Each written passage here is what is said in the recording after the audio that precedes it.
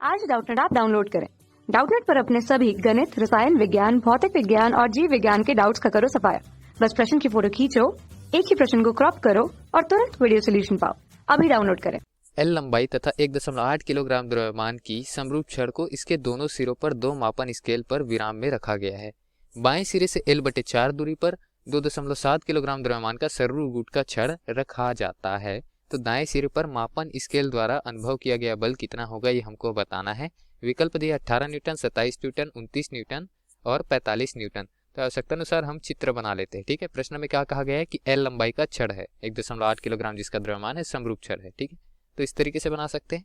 ये एक छड़ ले लिया हमने, इसकी लंबाई कितनी ले लेते हैं हम, प्रश्न में जैसा दिया गया है वैसा ही एल लंबाई का छड़ ले लेते हैं। ठीक है, इसका द्रव्यमान हम कितना ले लेते हैं, प्रश्न में दिया गया है द्रव्यमान का मान 1.8 किलोग्राम छड़ के लिए। अब उसके पश्चात और क्या कहा गया है कि इनके दोनों सिरों पर दो मापन स्केल पर विराम में रखा गया है। रखने की अवस्था के बारे में बताया गया है कि विराम में रखा गया है, अर्थात ये ए बिंदु ले लेते हैं, ये बी बिंदु ले लेते हैं। ठीक है, तो ए बिंदु प्रारंभिक, बी बिंदु अंतिम है। दोनों सिरों पर मापन स्केल हमने रख दिया है।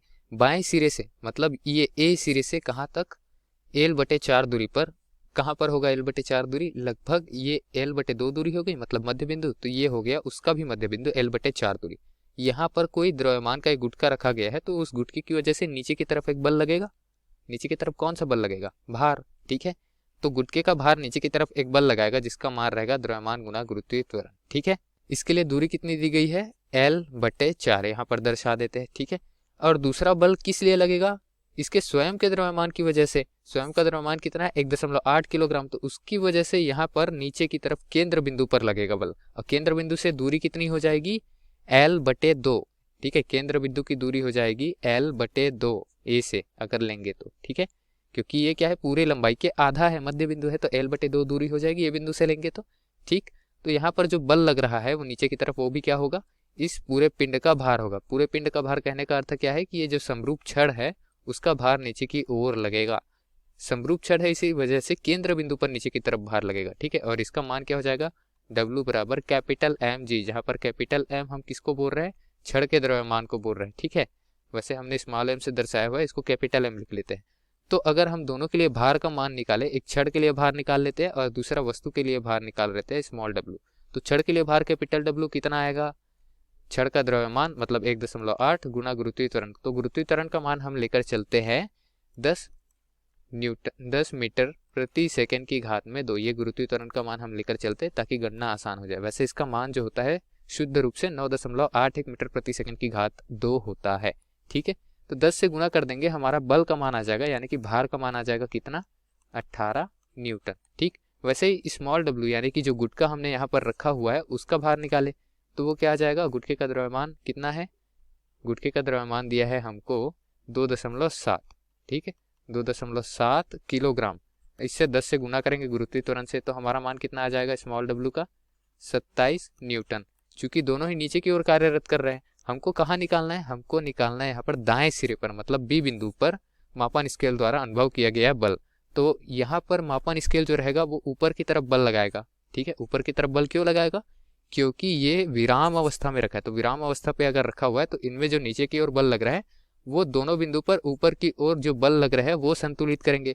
तो ए बिंदु पर हम बल लग रहा है ऊपर की ओर, उसको नहीं देखेंगे। क्यों, क्योंकि यहाँ पर हमको दाएं सिर के मापन स्केल के लिए जो पाठ्यांक आएगा वो देखना पड़ेगा। तो यहाँ पर हम क्या मान के चलेंगे कि ए बिंदु पर जो बल आघूर्ण का मान है, कुल बल आघूर्ण इन बलों की वजह से वो 0 है। ठीक है, तभी ये क्या है, विराम अवस्था पे रखा है, नहीं तो या तो इधर गति करता या फिर इधर गति करता, या घड़ी की दिशा में या घड़ी के घूमने की विपरीत दिशा पे ये गति करता। ठीक है, अब ए पर बल आघूर्ण 0 ले रहे हैं, यहाँ पर लिख लेते हैं विराम अवस्था पर है, तो ए पर कुल बल आघूर्ण जो है उसका मान क्या लेना पड़ेगा, हमको 0 लेना पड़ेगा। ठीक है, साम्यावस्था या विरामावस्था की स्थिति के लिए, तो टाउ ए बराबर हम क्या ले लेंगे, 0 ले लेंगे। ठीक, तो 0 बराबर क्या लिख सकते हैं, टाउ ए का मान अगर हम घड़ी के घूमने की दिशा को धनात्मक ले ले, घड़ी के घूमने की विपरीत दिशा को ऋणात्मक ले ले, तो आगे हम लिखते हैं समीकरण किस तरीके से लिख पाएंगे, ये जो बल लग रहा है पहला स्मॉल w वो घड़ी के घूमने की दिशा पर लग रहा है, तो बल गुना लंबवत दूरी होता है बल आघूर्ण का सूत्र, उसको भी यहाँ लिख दे। क्या बल आघूर्ण क्या होता है, बल गुना लंबवत दूरी, या फिर एफ आर साइन थीटा हम ले सकते हैं। तो थीटा का मान तो यहाँ 90 अंश है ही वैसे भी, और साइन 90 अंश का मान 1 होता है, तो हम लंबवत दूरी लेकर भी चल सकते हैं। ठीक है, तो सीधे से गुना कर देंगे। एफ का मान कितना दिया हुआ है हमको, डब्ल्यू का मान, स्मॉल डब्ल्यू का मान कितना दिया है, 27 न्यूटन। तो 27 गुना लंबवत दूरी कितनी दी हुई है, L/4। योग में करेंगे, धन में क्यों ले रहे हैं, क्योंकि घड़ी के घूमने की ही दिशा पे ये वाला भी बल लग रहा है, जो छड़ का द्रव्यमान है उसके वजह से जो भार आ रहा है वो बल। ठीक, उसका मान कितना है, 18 न्यूटन है। ठीक, तो उसको भी रख देते हैं 18। कितनी दूरी पर लग रहा है, ए बिंदु से L/2 दूरी पर, क्योंकि मध्य बिंदु पर है, तो 18 गुना L/2 आ गया। अब उसके पश्चात ये जो बल लग रहा है बी बिंदु पर, जिसके लिए हम क्या देख रहे हैं, मापन स्केल पर देख रहे हैं, तो वो क्या लग रहा है, विपरीत दिशा पर लग रहा है, घड़ी के घूमने की विपरीत दिशा पर, जिसके मान को हमने ऋणात्मक लिया हुआ है, तो ऋण चिन्ह यहाँ आ जाएगा। बल कितना लग रहा है वो तो हमको ज्ञात करना है। ठीक है, मापन स्केल के लिए। ठीक, दूरी कितनी ले लेंगे, L ले लेंगे। ठीक है, तो इस तरीके से ये जो F गुना L है वो साइन थीटा यहाँ पर भी 90 अंश हो जाएगा, तो उसको लिखने की आवश्यकता नहीं है। साइन 90 का मान 1 होता है, बल गुना लंबवत दूरी लिख दिए, तो यहाँ पर साइन थीटा लिखने की आवश्यकता नहीं है।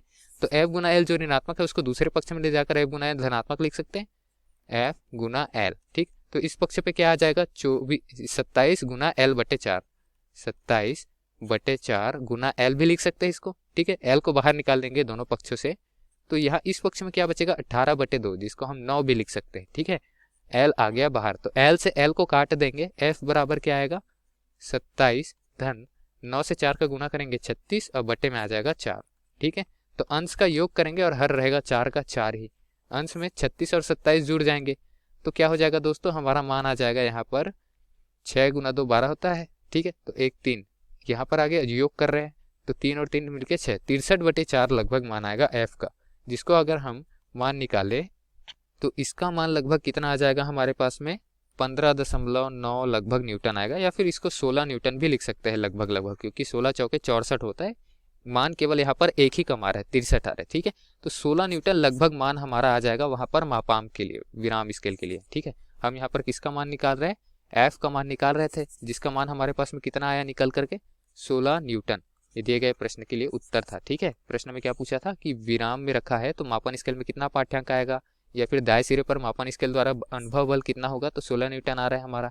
ठीक, अब विकल्प में चल पड़ते, तो विकल्प हमको क्रमशः दिए गए 18 न्यूटन, 27 न्यूटन, 29 न्यूटन और 45 न्यूटन, जिसमें सबसे नजदीक का मान जो है वो दिया गया है 18 न्यूटन। ठीक, तो यही हमारा सही उत्तर हो जाएगा, क्योंकि 16 न्यूटन आ रहा है हमारा पाठ्यांक। ठीक है, लेकिन यहाँ 18 न्यूटन हमको लिखना पड़ेगा, क्यों, क्योंकि यहाँ पर विकल्प में उपरयुक्त में से कोई नहीं वाला विकल्प नहीं दिया गया है, किसी एक विकल्प को हमको चुनना ही है, तो हम सबसे नजदीकी मान चुनकर चलेंगे। धन्यवाद। कक्षा 6वीं से 12वीं से लेकर नीट, IIT, JEE वो एडवांस के लेवल तक 1 करोड़ से ज्यादा छात्रों का भरोसा। आज ही डाउनलोड करें डाउटनेट ऐप या व्हाट्सएप करें अपने सारे डाउट्स 8400 400 400 पर।